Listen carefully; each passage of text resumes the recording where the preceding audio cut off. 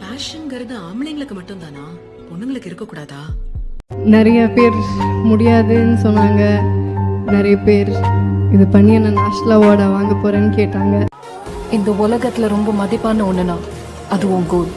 உன் கோல் என்ன, உன் வேல்யூ என்ன, உன் ட்ரீம் என்னன்னு தெரிஞ்சிச்சுன்னா ஜஸ்ட் கெட் இட். அப்படி இல்லைனா நீ உயிரோட இருந்தும் பெண்ணந்த.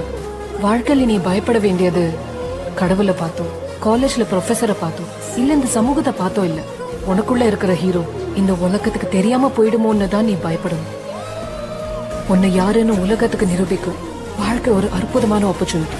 Just prove it. Awake, arise, and stop not till the goal is reached.